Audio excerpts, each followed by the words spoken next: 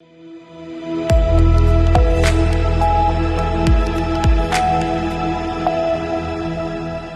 के बाद एक बार फिर से रुक करेंगे यूपी बुलेटिन की ओर, जिसमें बात होगी चंदौली की, जहां घायलों व मौतों के बीच अस्पताल से गायब मिले मुख्य चिकित्सा अधीक्षक।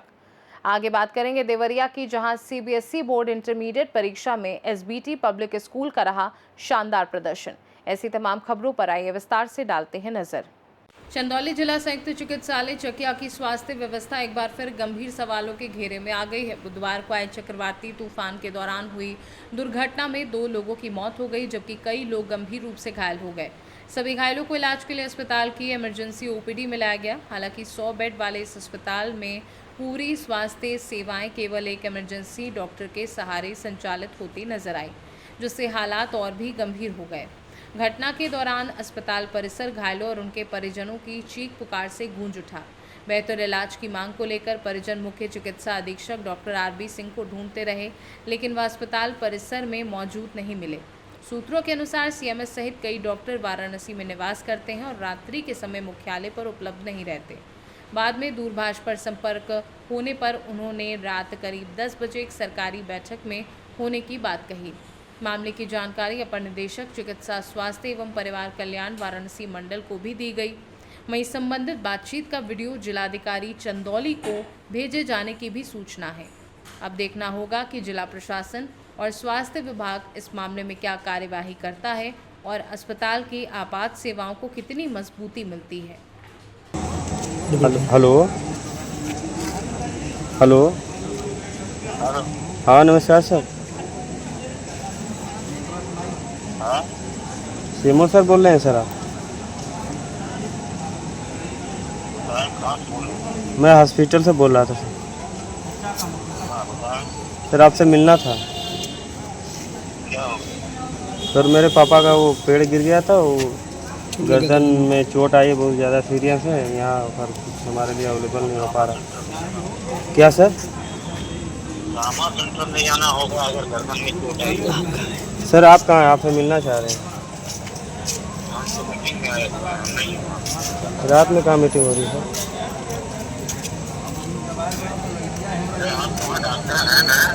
डॉक्टर हैं सर, कोई वो हो नहीं रहा है ना। डॉक्टर हैं तो 2 घंटे से बाहर खड़े हैं। मैं तो 2 घंटे से मुझे एम्बुलेंस भी नहीं मिली।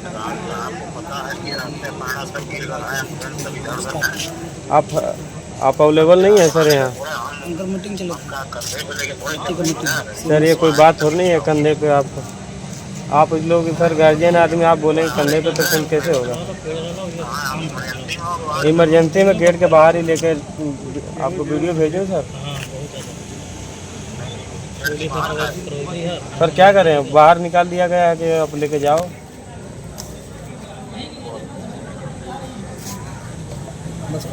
मैं वीडियो बना के भेज रहा हूँ पापा का। ठीक है सर, इसी नंबर पर नाम अपना परिचय बताइए भैया। मेरा हेमराज नाम है। कहाँ के रहने वाले हैं? सर मैं गरला नगर से हूँ। क्या मामला है? मेरे वो आधी आई थी, हाँ, गिर गया है, कब का घटना है? हड्डी टूट गई है। वो हो गया 6 बजे से हुआ था। अभी तक आप लोग गए नहीं, क्यों नहीं? रेफर कर दिए, एम्बुलेंस नहीं मिल पा रही है। हम आधा घंटा से परेशान हैं। अच्छा ठीक।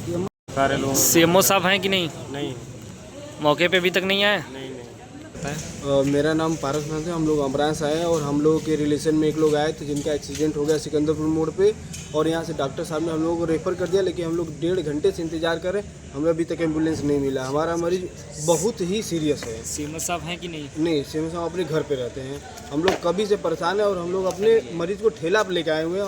हम लोग 2 घंटे से परेशान हैं, लेकिन हम लोग अभी तक एम्बुलेंस की सेवा नहीं मिली है। हम लोग रिक्वेस्ट करें कि जल्दी से हम लोग को एम्बुलेंस मिल जाए और हम लोग अपने मरीज को लेकर पहुँच जाएँ। बस बताइए अपना नाम, अपना परिचय बताइए। छोटू कुमार नाम है हमारा। कहाँ के रहने वाले हैं? हमारा उत्तरी का। क्या मामला है? उनका पेड़ गिरा हुआ है, उसमें जाकर लड़ गए हैं। सीएमओ साहब हैं कि नहीं? नहीं सब कब का ये घटना है? अभी 10 मिनट पहले का है। अभी तक नहीं है? अभी नहीं।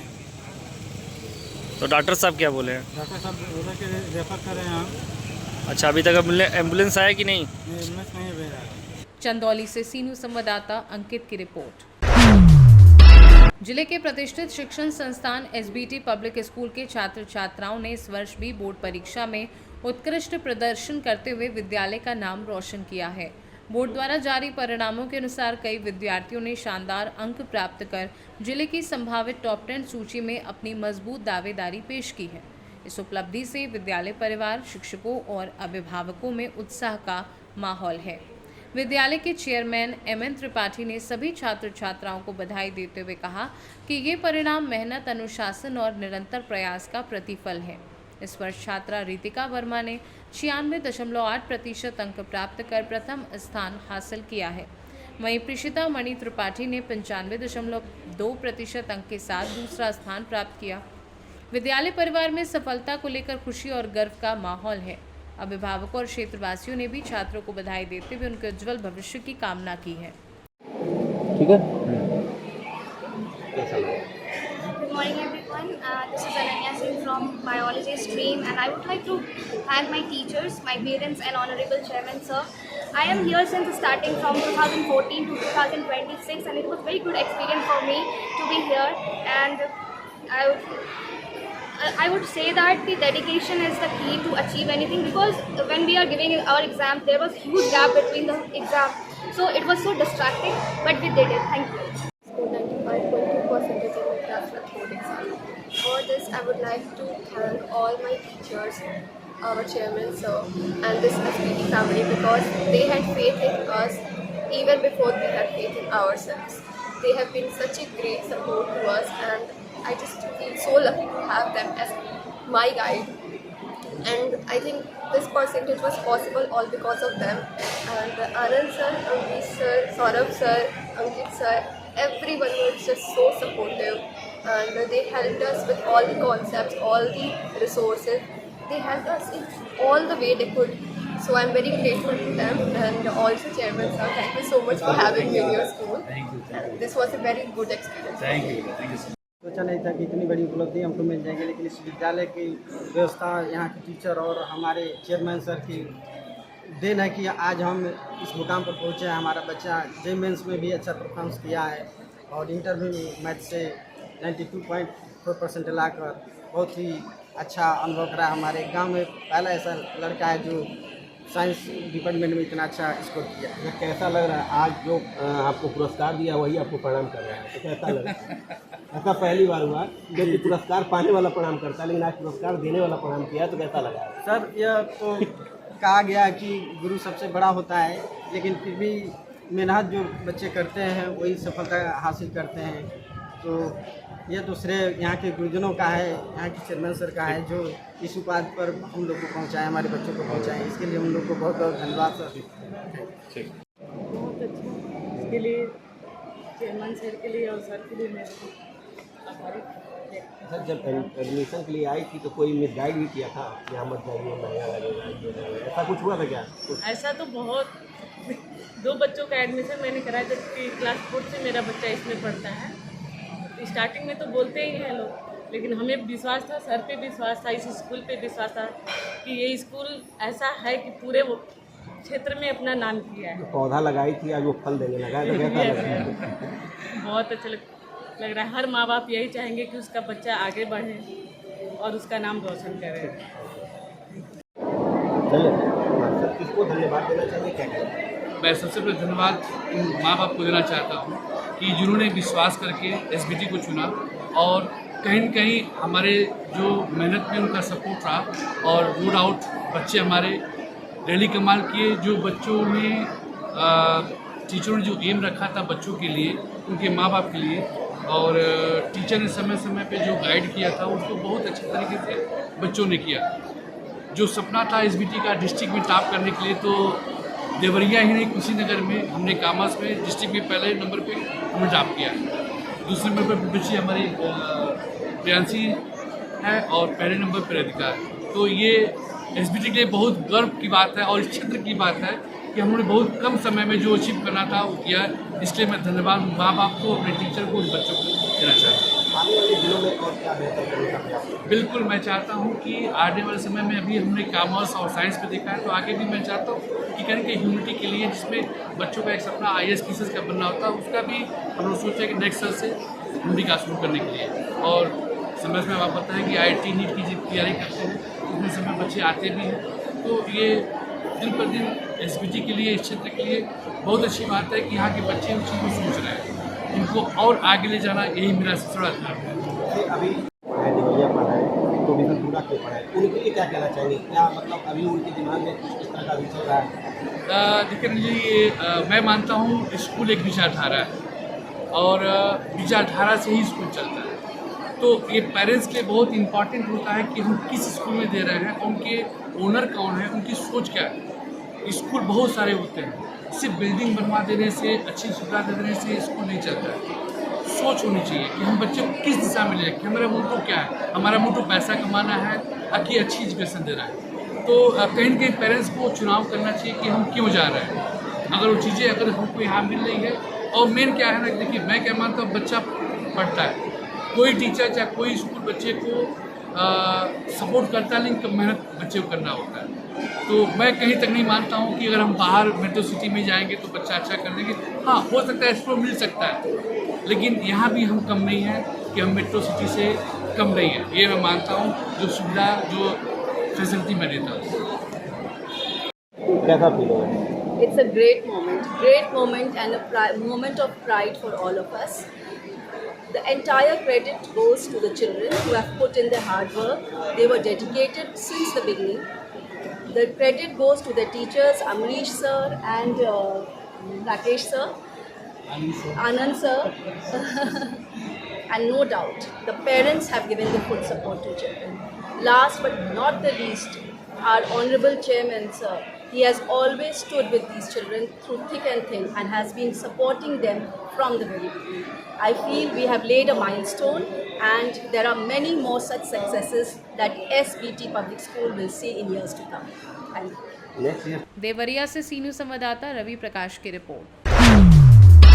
बीती रात इटावा में बकेवर क्षेत्र की सड़कों पर पुलिस और अपराधियों के बीच हुई मुठभेड़ में पुलिस ने बड़ी सफलता हासिल की है। थाना बकेवर प्रभारी विपिन मलिक के नेतृत्व में एसओजी और सर्विलांस टीम की संयुक्त कार्यवाही में 2 शातिर अपराधियों को गिरफ्तार किया गया है। मुठभेड़ के बाद दोनों आरोपियों के कब्जे से अवैध तमंचे, कारतूस, 10,000 रुपये नकद और लूटा गया सोना बरामद किया गया है। पुलिस पूछताछ में सामने आया है कि 14 फरवरी को एक महिला से झपट्टा मारकर सोना छीना गया था, जो बरामद किए गए गहनों से मेल खाता है। पुलिस रिकॉर्ड के अनुसार घायल हिस्ट्री शीटर सुल्तान यादव पर हत्या के प्रयास और गैंगस्टर एक्ट समेत कुल 12 आपराधिक मुकदमे दर्ज हैं। एसएसपी ब्रजेश कुमार श्रीवास्तव के निर्देशन में हुई इस कार्यवाही को पुलिस की बड़ी सफलता माना जा रहा है, जिससे क्षेत्र में कानून व्यवस्था को लेकर पुलिस की सख्ती का संदेश गया है। इटावा से सीनू संवाददाता देवेंद्र सिंह की रिपोर्ट। फतेहपुर जनपद में आए चक्रवाती तूफान ने भारी तबाही मचाई, जिससे कई जिंदगियां प्रभावित हुई और कई आशियाने उजड़ गए। तेज हवा और बारिश के चलते जिले भर में व्यापक नुकसान की स्थिति देखने को मिली। तूफान के कारण कई स्थानों पर विद्युत पोल टूट गए, वहीं पेड़ों की डालें टूटकर तारों पर गिर जाने से विद्युत व्यवस्था पूरी तरह से बाधित हो गई। इधर सड़कों पर बड़े बड़े पेड़ गिरने से यातायात भी पूरी तरह प्रभावित हुआ। ग्रामीणों की मदद से पेड़ों को काटकर हटाया गया, जिसके बाद किसी तरह यातायात बहाल किया जा सका। एराय मशाक क्षेत्र में स्थित एक पोल्ट्री फार्म भी तेज तूफान की चपेट में आकर धराशायी हो गया, जिससे लगभग 15 लाख रुपए के नुकसान की बात पोल्ट्री फार्म मालिक जाहिद मंसूरी द्वारा बताई गई। मंडवा सादात क्षेत्र में तूफान के दौरान एक दर्दनाक घटना में एक बुजुर्ग की दीवार गिरने से मौत हो गई, जबकि उनके साथ मौजूद एक अन्य व्यक्ति गंभीर रूप से घायल हो गया। तूफान के दौरान कई स्थानों पर ओलावृष्टि भी हुई, खासकर ऊंचाहार क्षेत्र में बड़े बड़े ओले गिरने की सूचना है, जिन्हें ग्रामीणों ने अपने हाथों में लेकर दिखाया। कुल मिलाकर चक्रवाती तूफान ने फतेहपुर जनपद में जनजीवन को पूरी तरह प्रभावित कर दिया है और प्रशासन राहत एवं बचाव कार्य में जुटा हुआ है। फतेहपुर से सीनू संवाददाता मोहम्मद अब्बास की रिपोर्ट। खाकी वर्दी जो सुरक्षा और न्याय का प्रतीक मानी जाती है, जब उसी व्यवस्था पर गंभीर सवाल उठने लगे तो कई चिंताएं खड़ी हो जाती हैं। ऐसा ही एक मामला सामने आया है, जहां एक महिला होमगार्ड ने विभागीय अधिकारी पर मानसिक उत्पीड़न और भ्रष्टाचार के गंभीर आरोप लगाए हैं। पीड़िता का आरोप है कि वह एक सिंगल मदर है और उसका छोटा बच्चा दिव्यांग होने के साथ हृदय रोग से भी पीड़ित है, जिसका इलाज चल रहा है। ऐसे में वह किसी तरह ड्यूटी के साथ अपने बच्चे की देखभाल कर रही है। महिला का कहना है कि विभाग के एक कमांडेंट द्वारा उसकी मजबूरी का फ़ायदा उठाया गया और ड्यूटी लगाने के नाम पर आर्थिक दबाव एवं मानसिक प्रताड़ना दी गई। आरोप है कि उससे अनैतिक तरीके से पैसे की मांग भी की गई, जिससे वह लगातार मानसिक तनाव में है। पीड़िता ने मामले को लेकर पुलिस अधीक्षक से भी गुहार लगाई है और न्याय की मांग की है। और अब देखना होगा कि प्रशासन इस गंभीर आरोपों पर क्या कार्यवाही करता है और क्या पीड़िता को न्याय मिल पाता है या नहीं। आप कौन हैं और क्या मामला है, यहाँ क्यों आई? सर मैं उमरा खान हूँ, महिला होमगार्ड हूँ और मैं अकेली महिला भी हूँ विभाग में, इसलिए अल्पसंख्यक होने के नाते कमांडेंट महोदय मेरा बहुत तरह तरह से मेरा शोषण कर रहे हैं। मेरा बच्चा हार्ट का पेशेंट है और मेरा बच्चा पैर से भी विकलांग है और मेरा बच्चा माइनर बच्चा है, ना कि स्वस्थ बच्चा है। ये मेरी ड्यूटी हर महीने इस थाने उस थाने उस थाने उस थाने इसी तरीके से हर महीने मुझे नचा रहे हैं और कह रहे हैं कि तुम्हारी ड्यूटी ऐसे ऐसे जगह भेजूंगा जहां तुम बच के ना आओ। वर्तमान माह में मेरी ड्यूटी ये मई 1 तारीख से मेरी ड्यूटी ये ढेबरुआ लगा दी है। मैं इनको कई बार एप्लीकेशन दी कि सर मैं ढेबरुआ कैसे जाऊंगी, मैं ढेबरुआ से कैसे आऊंगी। कह रहे हैं वो तुम्हारी प्रॉब्लम है, मेरा काम था ड्यूटी लगा देना और तुम्हारा काम है ड्यूटी करना। नहीं पहुंचोगी तो वहाँ के एसओ से तुम्हारा दिमाग फिट करा दूंगा। अच्छा, आपने बताया नहीं कि मेरे बच्चे को यह समस्या है, इसलिए मुझे नज़दीक ड्यूटी लगाया जाए जिससे मैं ड्यूटी भी कर लूँ और अपने बच्चे का देखभाल भी कर लूँ। सर मैं कितनी बार उनको बता चुकी हूँ। मैं जनवरी माह में मैं अपने बच्चे का इलाज कराने बॉम्बे गई थी। जो यहाँ देखिए अखिल भारतीय हॉस्पिटल और एक हॉस्पिटल है वहाँ सरकारी और एक जुपिटर हॉस्पिटल है, उस सब का रिपोर्ट है मेरे पास। हाँ, वहाँ इनको मैं 1 महीने का मैं बोली थी कि मेरी ड्यूटी डिफाल्टर कर दीजिए। इन्होंने मेरी ड्यूटी नहीं डिफाल्टर किया, कहा अगर जो डिफाल्टर ड्यूटी करवाओगी तो 5000 रुपया दो और नहीं तो छुट्टी लगाओ। इस पर छुट्टी भी मैं लगा दी, मेरा वेतन भी पूरे 1 महीने का काट लिए हैं और मेरी मानव दिवस भी नहीं कम किए हैं। इस तरीके से हमारा उत्पीड़न हर तरह से कर रहे हैं। या तो मैं अपनी पूरी कमाई उनको दे दूं तो अपने बच्चे के लिए क्या रखूंगी। मुझे 6 महीने बाद फिर इस बच्चे का ऑपरेशन करवाना है पैर का, तब मेरा बच्चा इस पृथ्वी को छू पाएगा, चल पाएगा मेरा बच्चा। आज एसपी ऑफिस आई थी, क्या सांत्वना मिला? सर बोले हैं कि कमांडेंट से कहा जाएगा कि नज़दीक में ड्यूटी 12 दिन तक मैं ड्यूटी की हूँ, आज से मैं ड्यूटी वहाँ छोड़ दी हूँ। मैं कैसे जाऊँ? कल मैं 8 बजे रात में ट्रेन से पहुँची हूँ घर। मैं एक सुबह में 7 बजे निकलती हूँ थाना ढेबरुआ। यहाँ से दूरी बहुत ज़्यादा है और वहाँ पे साधन भी कोई नहीं मिलता, कोई बस नहीं चलती है। टेम्पू वाले हैं 1-1 घंटे बाद चलते हैं और वहाँ टाइट भी व्यवस्था करवा दिए हैं कि ये समय पे ना पहुँचे तो इसका एब्सेंट करो, ये समय से अगर जो वहाँ से निकले तो भी इसका एब्सेंट करो। मतलब हर तरह से शोषण कर रहे हैं मेरा।